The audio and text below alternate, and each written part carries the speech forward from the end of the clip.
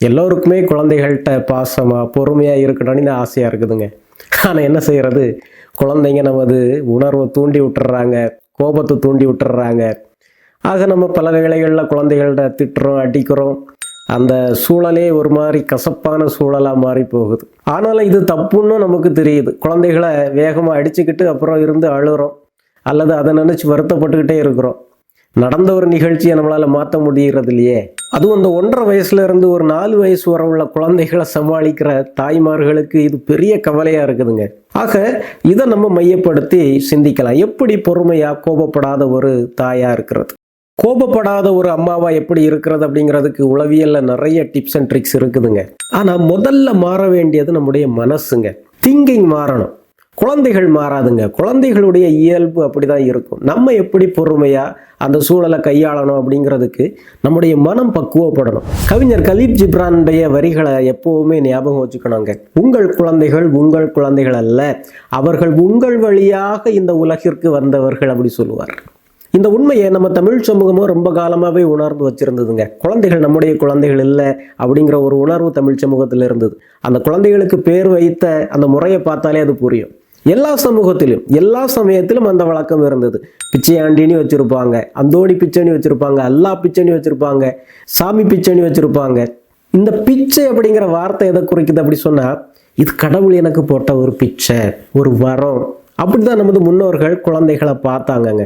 ஆக கடவுள் தந்த ஒரு வரத்தை நம்ம எப்படிங்க உதாசீனம் பண்ண முடியும்? அந்த குழந்தைகள் மேல எப்படி கோபப்பட முடியும்? ஆகவேதான் தமிழ்ல அருமையான ஒரு வார்த்தையே இருக்குது, பெற்றோர். நாம் அந்த குழந்தைகளை உருவாக்கினவர்கள் அல்ல, படைத்தவர்கள் அல்ல.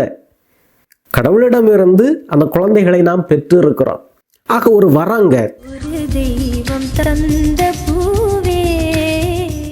அந்த வரத்தை நம்ம உதாசீனப்படுத்தக்கூடாது. அந்த ஒரு உணர்வு மனசுக்குள்ள இருந்ததுன்னா கோபம் கண்டிப்பா வராதுங்க. அடுத்ததா, குழந்தைகளை வளர்க்குறத ஒரு வேலையா பார்க்காதுங்க. வேலை இடத்துல நம்ம நினைச்சது நடக்காத போது கோபம் வருது, எரிச்சல் வருது. நீங்க ஒரு அம்மா, உங்களுடைய கடமை என்னன்னா குழந்தைய அன்பு செய்யறது.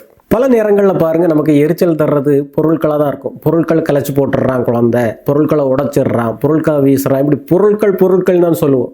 ஒரு வீட்டில் வேலை செய்கிற அம்மா தான் வீட்டில் உள்ள பொருட்கள்லாம் கலையாமல் சுத்தமாக அங்கங்கே இருக்கணும் அப்படி சொல்லி எதிர்பார்க்கும்.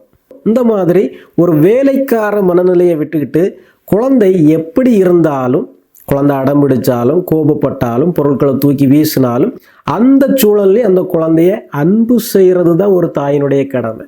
ஆக ஒரு தாயா இருக்கிறது அப்படிங்கிறது ஒரு மிகப்பெரிய கௌரவங்க. அதை நினைச்சு பாருங்க. நான் ஒரு தாய், இந்த குழந்தைய அன்பு செய்யறதா என்னுடைய முதல் கடமை. நான் ஒரு வேலைக்காரி கிடையாது. வீட்டை சுத்தம் பண்றதை விட குழந்தைய மகிழ்ச்சியா பாதுகாப்பா வைக்கிறதுக்கு தான் நான் அழைக்கப்பட்டிருக்கிறேன் அப்படிங்கிற ஒரு உணர்வு உங்க மனசுக்குள்ள வந்துட்டாலே குழந்தைகள் சின்ன சின்ன தவறுகள் செய்யும்போது பொறுமையா போயிடுவீங்க, பக்குவமா நடந்துக்குவீங்க. அடுத்ததை பார்த்தீங்கன்னா, உங்க குழந்தைகளையே ஒரு மதிப்பு மிக்க, மாண்பு மிக்க மனித ஆளா பார்க்குற ஒரு பார்வை. இந்த பார்வை இருந்தாலே அந்த குழந்தை மேல ஒரு மதிப்பு தானாவே வராங்க.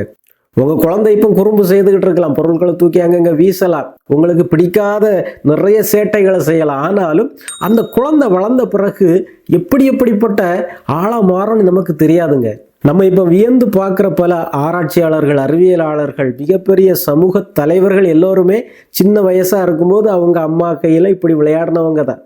இப்படிப்பட்ட குழந்தைகளா இருந்தவங்க தான் இவ்வளவு பெரிய தலைவர்களா, மகான்களா மாறி இருக்கிறாங்க.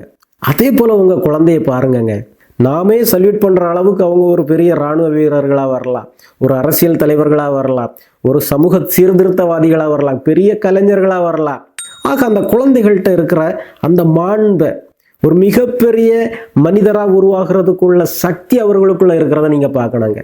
கவிக்கு அப்துல் ரஹ்மான் அருமையா சொல்லுவார், நீ ஒரு சிறிய விதைதான், ஆனா உனக்குள்ள இருக்கிறது மிகப்பெரிய மரம் அப்படி சொல்லுவார். ஆக சின்ன விதை தானே, சின்ன பையன் தானே, சின்ன குழந்தை தானே அப்படி சொல்லி அலட்சியமா அந்த குழந்தைகளை திட்டாம, அடிக்காம அந்த குழந்தைகள் வருங்காலத்துல எவ்வளவு பெரிய விருட்சமா பலருக்கு நிழல் கொடுக்கிற நல்ல தலைவர்களா உருவாகுவாங்க அப்படி சொல்லி நினைச்சிங்கன்னாலே அந்த குழந்தைகளை மாண்போடு நடத்துவீங்கங்க. சின்ன குழந்தைகள் பூச்சிகளை பிடிச்சு விளையாட தான் செய்யும், பொருட்களை உடைச்சி பார்க்க தான் செய்யும். ஆக ஒரு நல்ல மனநிலை இருந்தால் நீங்கள் எப்படி பார்ப்பீங்கன்னா, ஒரு ஆராய்ச்சியாளன் உருவாகிட்டு இருக்கிறான் என்னுடைய வீட்டில், குழந்தை சுவரில் கிறுக்கிறத பார்த்தீங்கன்னா ஒரு ஓவியன், ஒரு கலைஞனுடைய வீட்டில் உருவாயிட்டு இருக்கிறான். இப்படிப்பட்ட உணர்வை நீங்கள் பெற்றுக்கிட்டாலே உங்கள் குழந்தைய கை நீட்டி அடிக்கவே மாட்டீங்க, பக்குவமாக நடந்துக்குவீங்க. அடுத்ததை நம்ம மனசில் வர வேண்டிய மாற்றம், என் கையில் இருக்கிறது ஒரு மிகப்பெரிய கடமை, மிகப்பெரிய பொறுப்பு. இதை செய்கிறதுக்கு நான் என்ன பக்குவப்படுத்திக்கணும்னா நிறைய கற்றுக்கணும், புதுசாக நிறைய விஷயங்களை குழந்தைகளை வளர்க்குறத பற்றி நான் தெரிஞ்சுக்கணும் அப்படிங்கிற ஒரு ஆர்வம் இருக்கணுங்க. கற்றுக்கிட்டாதான் அந்த குழந்தை ஏன் அப்படி நடக்குது அப்படிங்கிறத நம்ம புரிஞ்சுக்க முடியும். நம்ம சேனலில் நான் பதிவிடுற சில வீடியோக்களை பார்த்தாலே உங்களுக்கு தெரியும், ஓ குழந்தை இதனால தான் இடம் பிடிக்குதா, ஓ குழந்தை இதனால தான் கோவப்படுதா அப்படின்னு உங்களுக்கே சில உணர்வுகள் வருது இல்லையா? அதுபோல தாங்க குழந்தைகளுடைய வளர்ச்சி பருவத்தை பற்றி, அவங்களுடைய உளவியலை பற்றி நீங்கள் கற்றுக்கும் போது அந்த குழந்தைகளை பற்றி புரிஞ்சுக்கிறீங்க. ஏன் ஒரு 2 வயசு குழந்தை அடம் பிடிக்குது, ஏன் ஒரு டீனேஜ் குழந்தை நம்மள்கிட்ட பேச்சுகளை குறைச்சிருது, தனிமையை விரும்புது, இப்படிப்பட்ட புரிதல்கள் நமக்கு வரும்போது அவங்க மேலே கோபப்பட மாட்டாங்க. குழந்தைகளை பற்றி தெரிஞ்சுக்கிறது மட்டுமல்ல, நாம் ஏன் கோபப்படுறோம் அப்படிங்கிறதையும் நம்ம தெரிஞ்சுக்கிறது அவசியம். கோபத்தை பற்றி விளக்குறதுக்கு நிறைய தியரிகள் இருந்தாலும் எளிமையாக கோபத்தை பற்றி புரிஞ்சுக்கணும்னா இதுதான். நமக்கு எதெல்லாம் பயத்தை உருவாக்குதோ, எரிச்சலை உருவாக்குதோ அது மேலே நமக்கு கோபம் வருது. கோபம் வரும்போது நம்முடைய மூளை அந்த எதிரில் இருக்கிற அந்த த்ரெட்டை பொறுத்து 2 வகையான முடிவுகளை எடுக்கும். ஒன்று, நமக்கு எதிராக நமக்கு பயத்தை உருவாக்குறவர் பெரிய ஆளாக இருந்தால், ஒரு மிகப்பெரிய சக்தியாக இருந்தால் ஓடி தப்ப சொல்லும். அல்லது நமக்கு எரிச்சல் தருகிறவர் அல்லது நமக்கு கோபத்தை தருகிறவர் ஒரு சின்ன ஆளாக இருந்தால், நம்மளை விட பலவீனமானவராக இருந்தால் அவரை எதிர்த்து ஃபைட் பண்ண சொல்லும். குழந்தைகள் உங்களுக்கு எரிச்சல் தர்றவங்க ரொம்ப சின்னவங்கங்க, உருவத்துலேயும் சரி, வயசுலேயும் சரி, அனுபவத்துலேயும் சரி, ரொம்ப சின்னவங்க. அதனால் அவங்க எரிச்சல் தரும்போது நீங்கள் என்ன பண்ணுறீங்கன்னா ஃபைட் பண்ண போகிறீங்க. ஃபைட் பண்ண விரும்பினீங்கன்னா பெரிய ஆள்கிட்ட போய் ஃபைட் பண்ண வேண்டியதுன்னு, என்ன போட்டு அடிக்கிற அப்படி சொல்லிட்டு அந்த குழந்தை நம்மளை நக்கலாக பார்த்து சிரிக்காங்க. கணவர் மேலே உள்ள கோபத்தை கொண்டு குழந்தை மேலே காட்டுறது. பகலில் குழந்தையோட தனியாக இருப்பீங்க, வீட்டில் மாமியார் இருந்தால் மாமியார் மேலே உள்ள எரிச்சலெல்லாம் கொண்டு குழந்தை மேலே கொட்டுவீங்க. அந்த குழந்தை என்னங்க தப்பு செய்தது? குழந்தையோட இயல்பு குறும்பு செய்கிறது தான். நமக்கு மாமியார் மேலே உள்ள கோபம் உள்ள மனசுக்குள்ளே கொதிச்சுட்டு கிடக்குது ஒரு ஒலை போல. ஆக மாமியாரை கை நீட்டி அடிக்க முடியாது, வேணா மாமியார் நம்மளை விட பெரிய ஆள், வயசில் பெரிய ஆள், அதிகாரம் மிக்கவர். அதனால் நம்ம என்ன செய்கிறோம், நம்முடைய கோபத்தை, நம்முடைய ஃபைட்டை இந்த பொடி குழந்தை மேலே காட்டிடுறாங்க. இந்த உண்மையை நீங்கள் புரிஞ்சுக்கிட்டாலே கோபப்படுறதுக்கு வெட்கப்படுவீங்க, குழந்தைய அடிக்கிறதுக்கு வெட்கப்படுவீங்க. ஒரு குழந்தைய வளர்க்குறது அப்படிங்கிறது ஒரு அருமையான பயணங்க. அதை என்ஜாய் பண்ணி செய்யுங்க. இந்த ஒரு வாய்ப்பு திரும்ப கிடைக்காது. ஒரு காலகட்டத்தில் உங்களுடைய குழந்தையெல்லாம் வளர்ந்துடும், திருமணம் முடிஞ்சு இன்னொரு வீட்டுக்கு போயிடுவாங்க அல்லது தனிக்குடித்தனமாக ஆகிடுவாங்க. நீங்கள் தனியாக இருப்பீங்க, அந்த வீடு நீட்டாக தான் இருக்கும். யாரும் பொருட்களை கலைக்கிறதுக்கோ உங்களை எரிச்சல் படுத்துறதுக்கோ விளையாடுறதுக்கோ இருக்க மாட்டாங்க. ஆக அந்த குழந்தை இப்போ உங்கள் கையில் இருக்கும்போது அந்த ஒரு சூழலை, அந்த ஒரு நேரத்தை நீங்கள் என்ஜாய் பண்ணுங்கங்க. அந்த குழந்தை 1 வயசில் இருக்கும்போது என்னென்ன சேட்டைகள் செய்யுமோ அது வாழ்க்கையில் ஒரு தடவை நடக்கிறது தான். திரும்ப அந்த குழந்தை 1 வயசுக்கு வரப்போகிறதே இல்லை. அவன் என்னைக்கு இப்படி சேட்டை செய்கிற ஒரு பையனாக இருக்க மாட்டான், மாறுவாங்க, வளருவான். நான் சின்ன வயசில் எத்தனை குழந்தைகளை பார்த்துருக்குறேன், என்னடா இப்படி தொந்தரவு பண்ணிக்கிட்டு இருக்கிறான் அப்படி சொல்லிலாம் பார்த்து வளர்ந்த குழந்தைகள் இன்னைக்கு இன்ஜினியரா, டாக்டரா, பெரிய பெரிய பொறுப்புகளில் இருக்கிறத பார்க்கும்போது இந்த பையனா இப்படி ஆயிட்டான் அப்படி சொல்லி ஆச்சரியப்படுறோம். ஆக அப்படி உங்கள் குழந்தை வளரங்க. எப்பவும் இதே போல் குறும்பு செய்துக்கிட்டு இருக்காது, எப்பவும் இதே போல் பொருட்களை உடச்சிக்கிட்டு இருக்காது, தூக்கி வீசிக்கிட்டு இருக்காது. குழந்தை வளரும். தமிழில் அருமையான ஒரு பழமொழி உண்டு, காயாத விறகும் ஒரு நாள் காயும், ஆகாத குழந்தையும் ஒரு நாள் ஆகும். இந்த சூழல் மாறும் அப்படிங்கிற ஒரு கிரேட்டர் பெர்ஸ்பெக்டிவ்ல பார்த்தீங்கன்னு சொன்னால் உடனே அந்த ஒரு சூழலுக்காக அந்த குழந்தையை அடிக்கிறதுக்காக உங்களுடைய கை எழும்பாது, கோபம் வராதுங்க. உங்கள் மனசுக்குள்ள அடிக்கடி சொல்லிக்குங்க, இது நான் எடுத்த முடிவு, குழந்தை வேணும் அப்படின்னு நான் எடுத்திருக்கிறேன். ஆக ஒரு முடிவு எடுத்தால் அந்த பொறுப்பையும் நம்ம ஏற்றுக்கணும் இல்லையா? ஒரு குழந்தை பிறந்தா என்னென்ன சிரமங்கள் இருக்கும் அப்படிங்கிறது நமக்கு தெரியாத. நம்ம சின்ன வயசுலேருந்து எத்தனை குடும்பங்களை பார்த்துருக்குறோம், குழந்தைகளை பார்த்துருக்குறோம். ஆக குழந்தைகள் இப்படி தான் இருக்கும், இப்படி தான் நடக்கும், இப்படி தான் செயல்படும், இப்படி தான் அடம் பிடிக்கும், இப்படி தான் அழும். ரோஜாவை பார்த்தா அவங்களுக்கு ஆர்வமாக இருக்குது, அதை பறிக்கணும், அது பக்கத்தில் போய் பார்க்கணும் அப்படி சொல்லி ஆசைப்படுறோம். ஆனால் அந்த ரோஜாவில் எப்போதுமே ஒரு முள் இருக்குது. அதுபோல் குழந்தைகள் வளர்க்குறது அப்படிங்கிறது, குழந்தைகள் சிரிச்சா, குழந்தைகள் விளையாடினா பார்க்குறதுக்கு அருமையாக இருக்குது. ஆனால் குழந்தைகள் அடம் பிடிக்கவும் செய்வாங்க, கோபப்படவும் செய்வாங்க, அழவும் செய்வாங்க. அப்போ சில இந்த மாதிரிப்பட்ட சிரமங்களையும் நம்ம சந்திச்சாதான் அந்த குழந்தை வளர்ப்பு ஒரு முழுமையான ஒரு குழந்தை வளர்ப்பாக இருக்கும். இது ஒரு பேக்கேஜ். குழந்தைகள் எப்போதுமே இனிமையானவர்களாக மட்டுமே இருக்கிறது இல்லை, அடம் பிடிக்கிறவங்களா, கோபப்படுறவங்களா குறும்பு செய்கிறவங்களாவும் இருப்பாங்க. ஆக இதை புரிஞ்சா மட்டும்தான் அந்த குழந்தை வளர்ப்பு ஒரு சுமூகமான ஒரு கடமையாக மாறுங்க. குழந்தைகள் நீங்கள் விரும்புறது மாதிரி நடக்காதுங்க. குழந்தைகளுடைய இயல்பு எதுவோ அதுபடி தான் அந்த குழந்தைகள் நடப்பாங்க. ஆக ரொம்ப எதிர்பார்க்குறத விட்டுக்கிட்டு குழந்தைகளுடைய இயல்பை ஏற்றுக்கிட்டாலே அந்த மனசு பக்குவப்பட்டுறாங்க. குழந்தைகள் மேலே நீங்கள் கோபப்பட மாட்டீங்க. அதுவும் வழக்கமான ஒரு ரூல் தான். வாழ்க்கை சிறப்பாக இருக்கணும், மகிழ்ச்சியாக இருக்கணும்னு சொன்னாலே எதிர்பார்ப்புகளை குறைக்கணும். அப்போ குழந்தைகள் என்ன செய்தாலும் நம்ம பார்த்துக்கிட்டே இருக்கணுமா? திருத்தக்கூடாதா? அடிக்கக்கூடாதா? குழந்தைகளுக்கு நல்லது சொல்லி கொடுக்கக்கூடாதா? அப்படிலாம் சொல்லி நீங்கள் கேட்டிங்கன்னா குழந்தைகளை திருத்துறதுக்குள்ள வழிமுறைகள் இருக்குது, அதுக்குள்ள வயசு இருக்குது. குழந்தைகளை எப்படி பாசிட்டிவாக திருத்தலாம் அப்படின்னு நம்ம சேனல்லையே நிறைய வீடியோக்கள் போட்டிருக்கிறோம். அதெல்லாம் செய்யலாங்க. குழந்தைகள் நம்மளை ட்ரிகர் பண்ணி தான் விடுவாங்க. நம்மளுடைய அந்த பவுண்டரியை செக் பண்ணிக்கிட்டே இருப்பாங்க. எது வரைக்கும் போனால் அம்மா பொறுமையாக இருக்கிறாங்க, கோவப்படுறாங்களா அப்படின்ட்டு நம்மளை சீண்டிக்கிட்டே இருப்பாங்க. இது இயல்பை எல்லா குழந்தைகளும் செய்கிறது தாங்க. அந்த குழந்தைகளுடைய மனம் இன்னும் பக்குவப்படலை, அவங்களுடைய ஆளுமை இன்னும் வளர்ந்துக்கிட்டு தான் இருக்குது, அவங்களுடைய அந்த உணர்வுகள் இன்னும் வளர்ந்துக்கிட்டு தான் இருக்குது அப்படிங்கிறத நம்ம புரிஞ்சுக்கணும். ஆனால் அந்த கோபத்தை எப்படி கையாளுறோம் அப்படிங்கிறது பக்குவப்பட்ட நமக்கு தெரிய வேண்டாமா? அந்த 1.5 வயசுலேருந்து 4 வயசு வரைக்கும் குழந்தைகளுக்கு அந்த லாஜிக்கல் ரீசனிங் அதிகமாக இருக்காதுன்னு சொல்லியிருக்கிறேன்.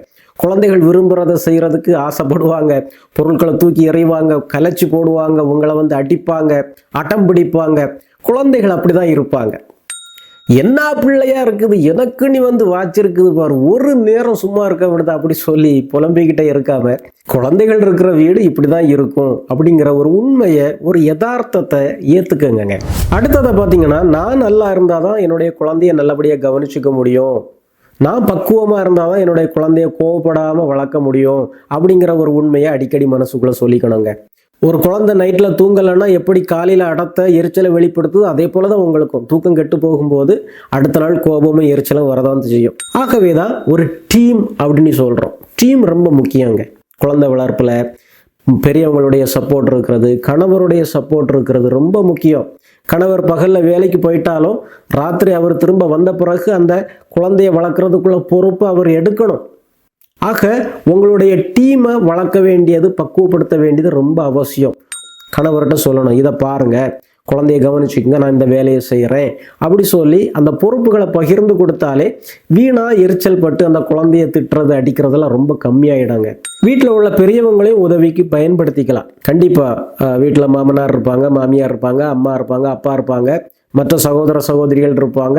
அவங்களுடைய உதவிகளை நீங்கள் கேட்டுக்கலாம். உங்களுக்கு அந்த குழந்தை மேலே ரொம்ப கோபமாக வருது அல்லது அந்த குழந்தை ரொம்ப உங்களை எரிச்சல் பண்ணிகிட்டு இருக்குன்னா கொஞ்சம் குழந்தைய கவனிச்சிங்க அப்படி சொல்லிட்டு நீங்கள் தனியாக போயிடலாம்.